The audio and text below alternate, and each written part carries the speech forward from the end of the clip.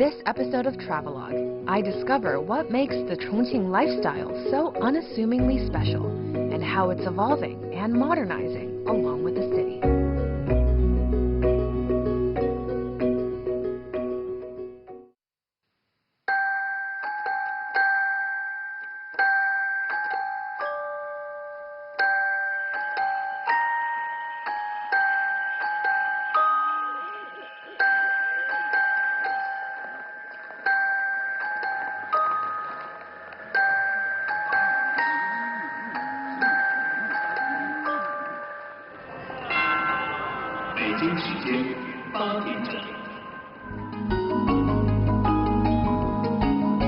There's a city in China that's always shrouded in mysterious fog.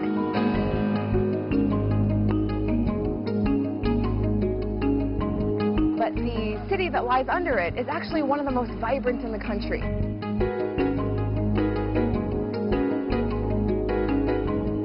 In fact, there's a saying about Chongqing. It's known for three main things: hot food, hot weather, and hot tempers. And they're all intertwined together with the city's fascinating culture and lifestyle. I'm Megan. Welcome back to Chongqing.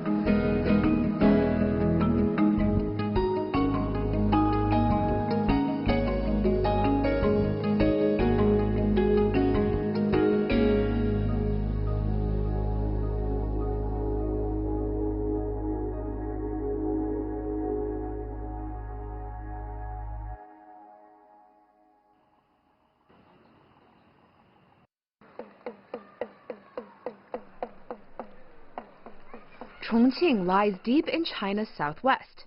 It gets hot and humid here, but the weather has produced a pretty tasty byproduct.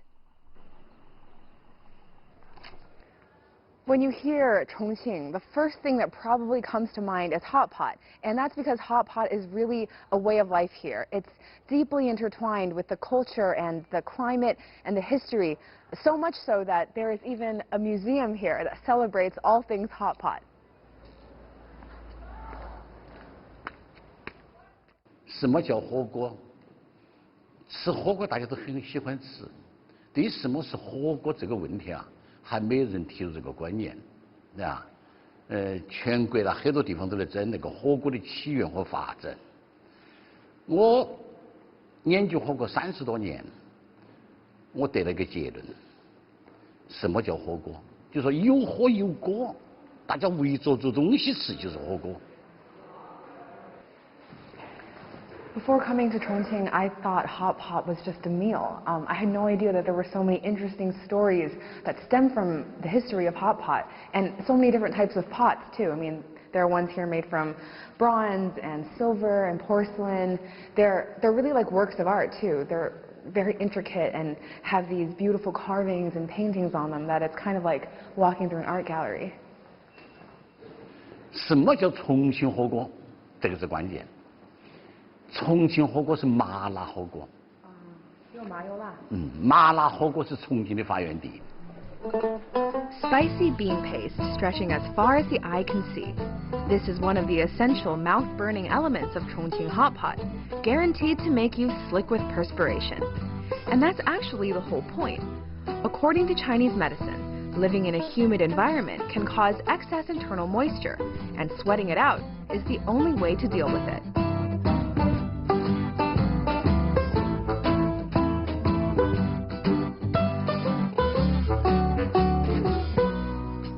This sizzling broth really is every bit as fiery as it looks. The chili oil and Sichuan peppers are no joke, and the flaming explosion of red-hot flavor, along with a loss of feeling in your taste buds that numbs you down to your very core, make for a one-of-a-kind gastronomic experience. If you can't handle spice, you've been warned, this definitely isn't for the faint of heart. Chongqing is famous for its spicy hot pot, and this is how much people love hot pot here. This mountain is covered with dozens of hot pot restaurants, and this one called Pipa Yuan is by far the largest, and it's huge. As huge as this city's hot pot obsession, there's a belief among the Chongqing locals that eating spicy food for generations has given them a collective toughness. As for the numbing quality of the spices, It's said that it helps to dull any pain or suffering, and that locals are more positive because of it.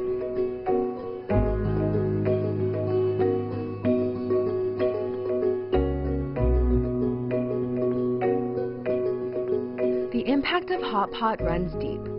1 in 30 people here is in a line of work related to hot pot, and there's plenty of work to go around. After all, the possibilities for hot pot concoctions are endless. Almost anything you can imagine that's edible can be thrown into the pot and turned into a meal.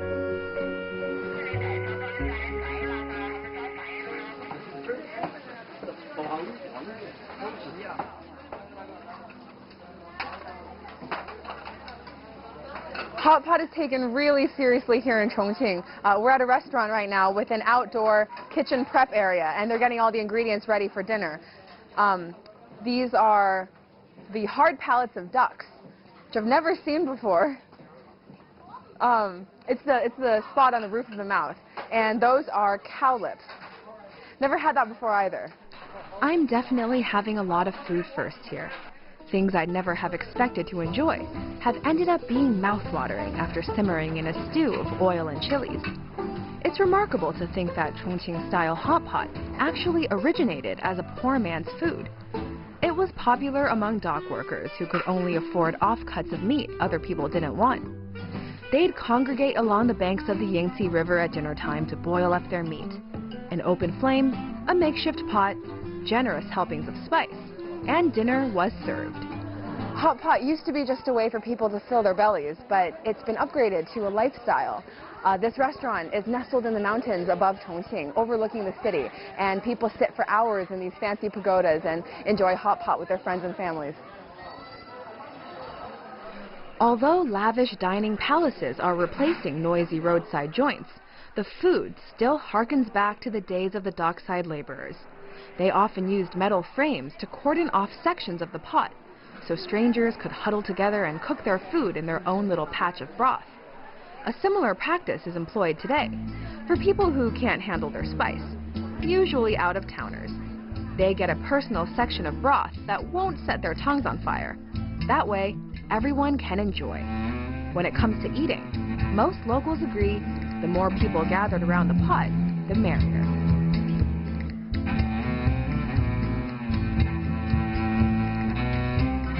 Yep, this sure is a far cry from the gritty origins of hot pot.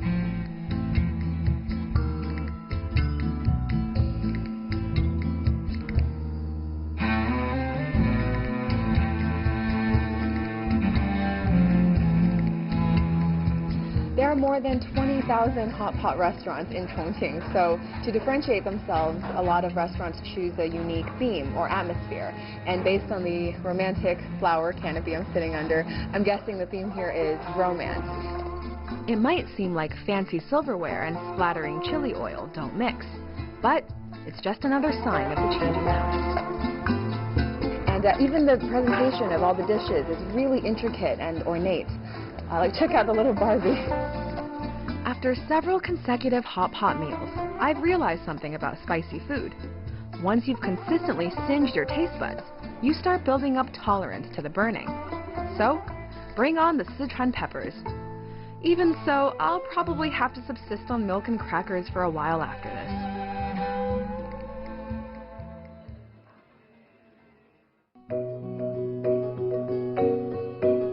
Coming up next, I discover pockets of tranquility in Chongqing, hidden among the skyscrapers.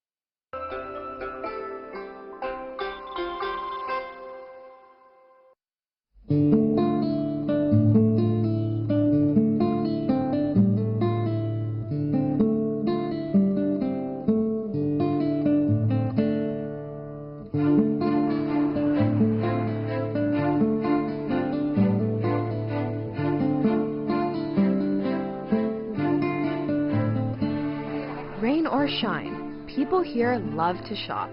And shopping is actually a primary tourist attraction. No amount of online retail has made a dent in the crowds filling the shopping districts here.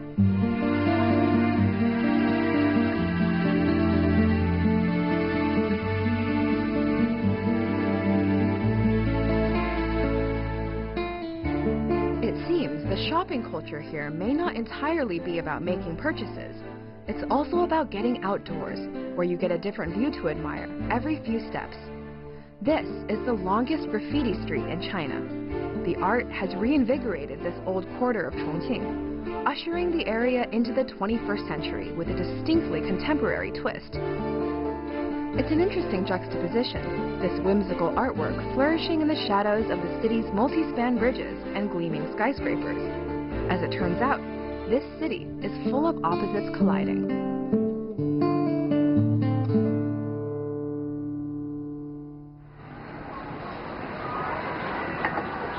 At first glance, it might seem like the pace of life here in Chongqing is lightning fast all the time, but people here also really know how to unwind and enjoy life. And that's why there are a lot of little pockets around the city, like this one, that are perfect for people who want to catch their breath or relax. And on one of the rare sunny days like today in Chongqing, that's what everyone wants to do.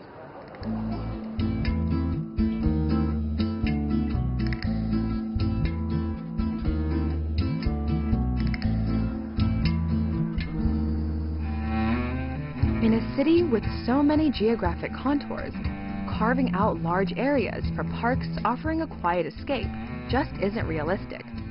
Here, you have to know where to look to find little alcoves of tranquility. The rhythm in this tiny neighborhood is notably slower and calmer than the hectic pace Chongqing is known for. Living in a metropolis can be stressful at times, and spots like this offer a retreat from the flurry of the city. I think if I lived in Chongqing, this would be my regular hideout.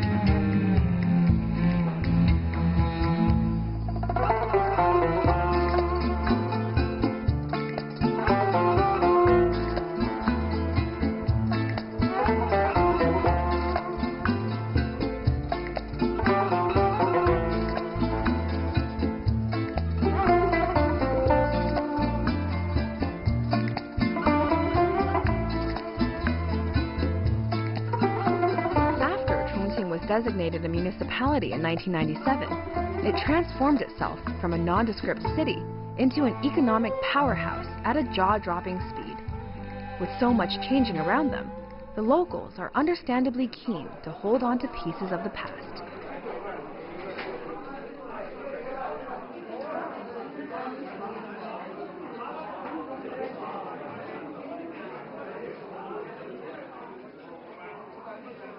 I never would have thought that one of Chongqing's old traditional tea houses would still be so popular.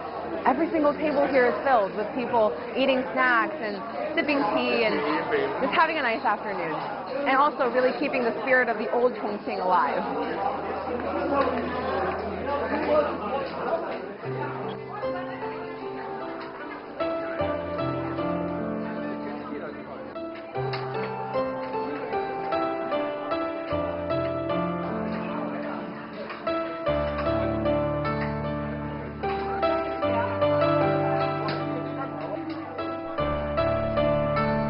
The city outside may be changing and developing, with a new addition to the ever-changing skyline appearing in the blink of an eye.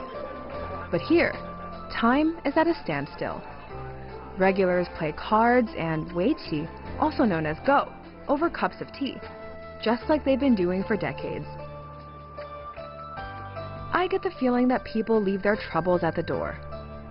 15 kuai for a cup of tea, and you can spend the day eating sunflower seeds and chatting with friends.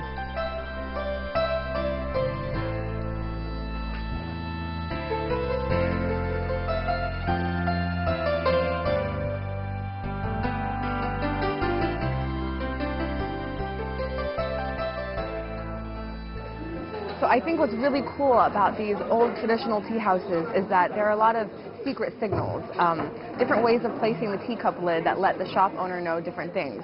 So, for example, if you've run out of hot water and you want some more, you can put the lid like that, and then someone will come to pour some water for you. Now, if you want to step away for a second, but you'll be back later, you put the lid on top and then place a lighter on top of the lid, and that lets people know you'll be back for your tea really soon. Now, these traditions have mostly faded with time, but they're still followed very closely at this tea house.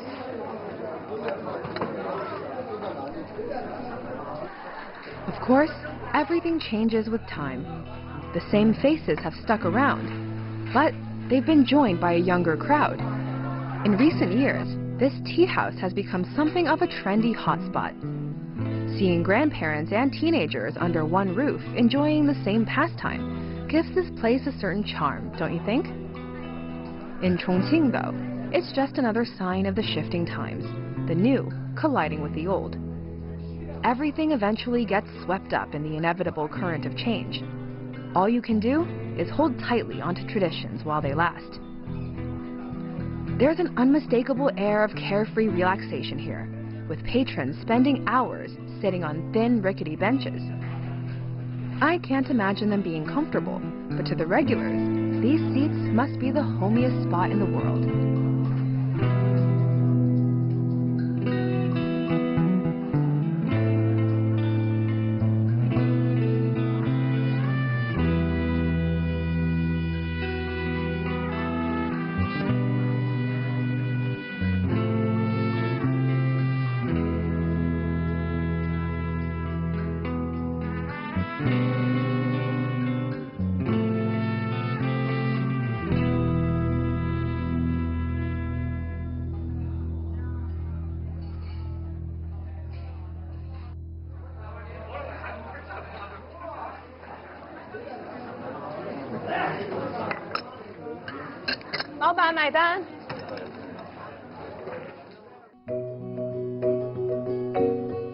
Coming up next, I get to experience Chongqing's famous nightlife firsthand, from street snacks to open-air dancing, and it doesn't disappoint.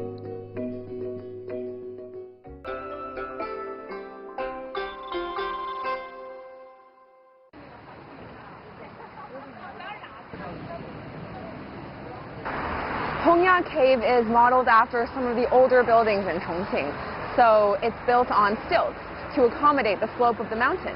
So when you enter Hongya Cave from street level, you're on the first floor, and then when you go all the way to the top and exit from the very top floor, there's another street up there.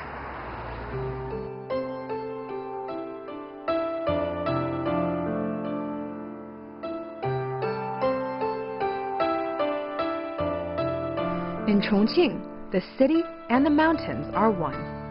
Hongya Cave is built around the nooks and crannies in a steep cliff.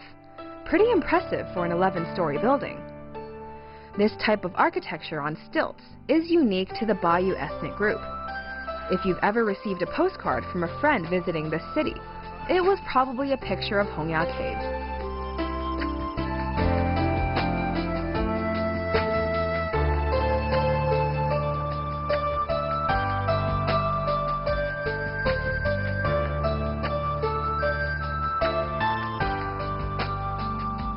But Hongya Cave doesn't reveal its true beauty until after sundown, when it transforms into a stunning nightscape. Does this place look oddly familiar? Well, it's said that a building in the film Spirited Away was modeled after this very spot.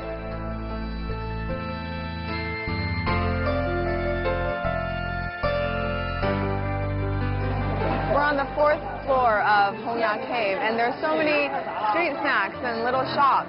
I don't really know where to start.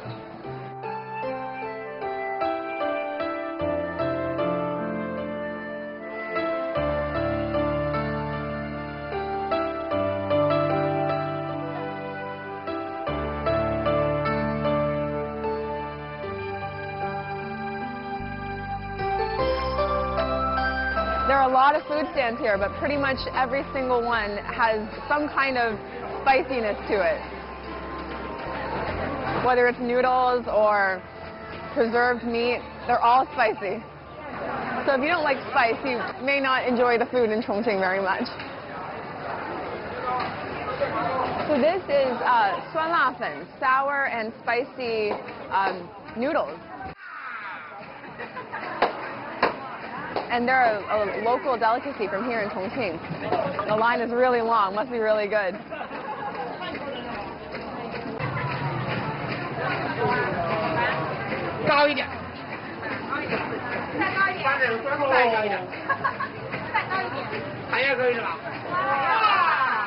So this is probably one of the most popular, if not the most popular tourist destination in Chongqing. I mean, look how beautiful it is. The architecture is really traditional. It resembles those older buildings in Chongqing. But at the same time, it's lit up with these gorgeous lanterns and lights. And I think that's why it really shines at night. All the lights turn on and it's so vibrant. Chongqing is absolutely stunning at night, with dazzling lights cutting through the city's perpetual fogginess. Perhaps this explains the great energy of the city's nightlife.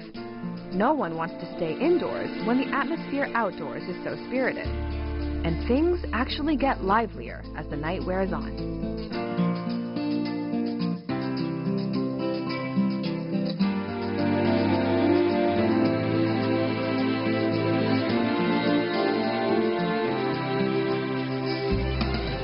And a favorite form of nightlife for many locals? Eating hot pot, of course, in the open air, on the sidewalk, the way it was originally meant to be enjoyed.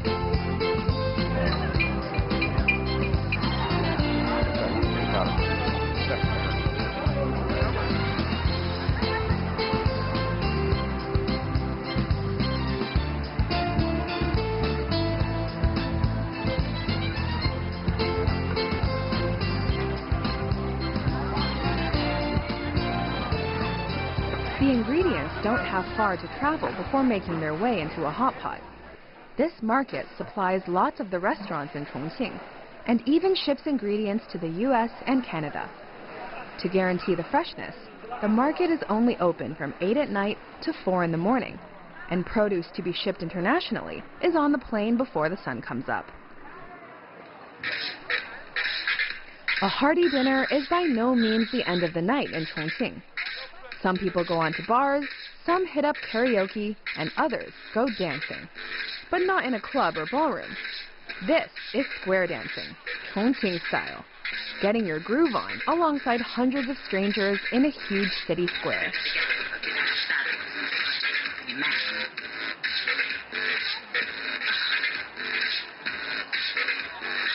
It's a popular form of exercise, particularly among the elderly.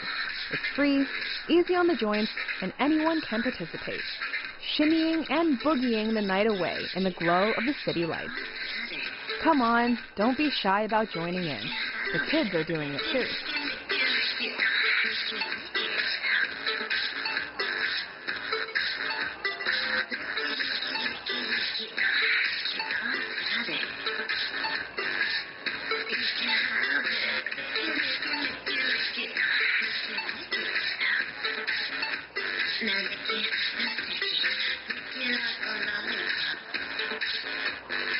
Chongqing blends its rich history with its modern-day magnificence in a way I don't think I've ever seen in another city. It blends the two, combines the two, so that there's always room for progress and advancement, even in the middle of history and tradition.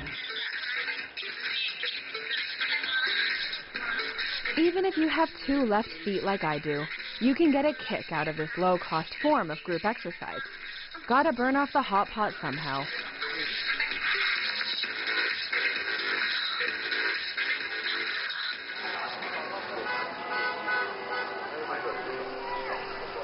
But my evening still isn't over. Chongqing's panorama of towering skyscrapers is so stunning at night that I have to appreciate it properly. That means getting on a ship and sailing down the Yangtze River.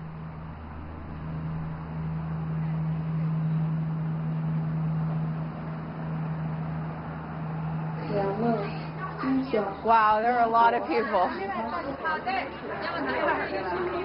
But look at that skyline. It's absolutely beautiful.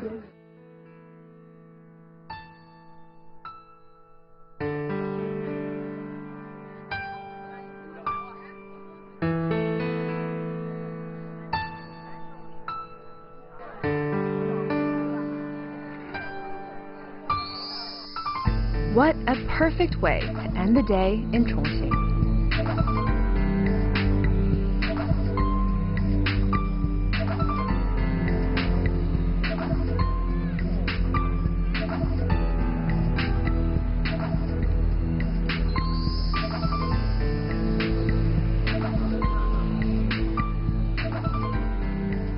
High-rises stretching skyward, bridges soaring overhead, and the water reflecting a perfect mirror image of the scenery.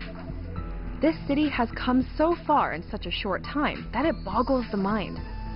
Old things are being lost, and new things are taking their place, as the city continues to expand, rearrange, and stretch higher into the sky.